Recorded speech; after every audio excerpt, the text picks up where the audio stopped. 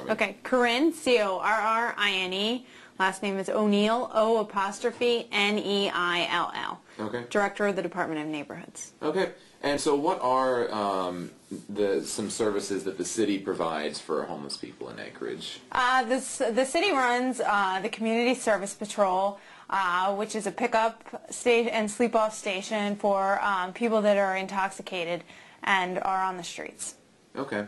And is that the only one then? Or? The city also does a variety of grant programs with nonprofits and other community members to serve the homeless as well, through Department of Health and Human Services and the Department of Neighborhoods. Okay. And we had this 10-year plan that was made up, I'm not sure, I'm guessing a couple years ago, or when was that made up, and what does it entail? It was passed in January of 2005 by municipal ordinance. It's a long-term strategic plan for the community to enhance and develop homeless services and to coordinate them. And it has a housing-first approach that concentrates on increasing affordable housing stock for people that are low income and providing an increase in services. Okay, and so you said developing services for them and providing an increase in service. What are we looking at developing then? What kind of services? Increased case management support, increased prevention services for people that may become homeless. Okay, and what are, what would these prevention, what would be used to prevent becoming homeless? What are some of those prevention methods? Some of the prevention mechanisms are eviction prevention assistance, utility assistance, and case management services. Okay.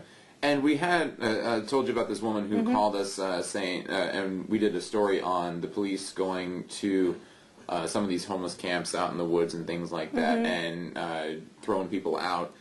What are those people? What is offered for those people? Where can they go? What's expected of them if they can't be in those camps that they make?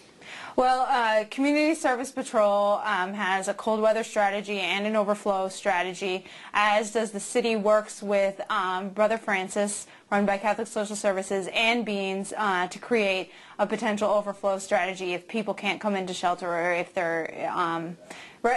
Right now, we have never had an issue where there is not a bed available in Anchorage. Okay. Yeah, that's one of the things that we've been hearing, and the woman who called us last night said that everything's full, so where do they go? But it sounds like that we do have bed space available then? For single individuals, there has always been enough bed space in Anchorage. For families, there's currently not enough bed space. The community, under the 10-year plan last year, came together to develop an initiative called Beyond Shelter. Beyond Shelter works with families to provide emergency services when there are not enough family shelter beds available in Anchorage. Okay.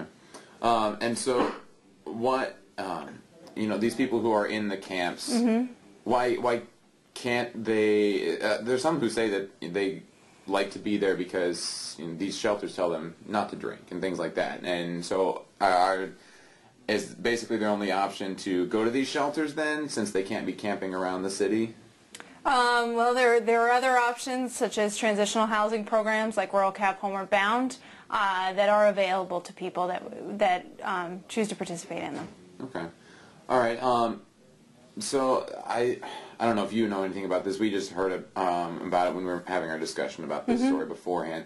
But there were, the homeless are either trying to petition the city or something like that to turn some sort of campground over by that power plant along the Glen Highway. Then when it's not Centennial Park? Yeah, when it's not used in the wintertime, into a homeless camp. And I've heard that they're just going there anyway. Do we know what the process is, or if there has been a process started of them being able to use that, or is that not an option? I'm not aware of that, and the city supports increased housing resources, increased service resources versus homeless camp.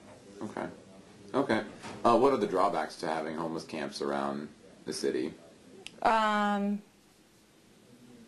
not the best person to talk about that. Okay.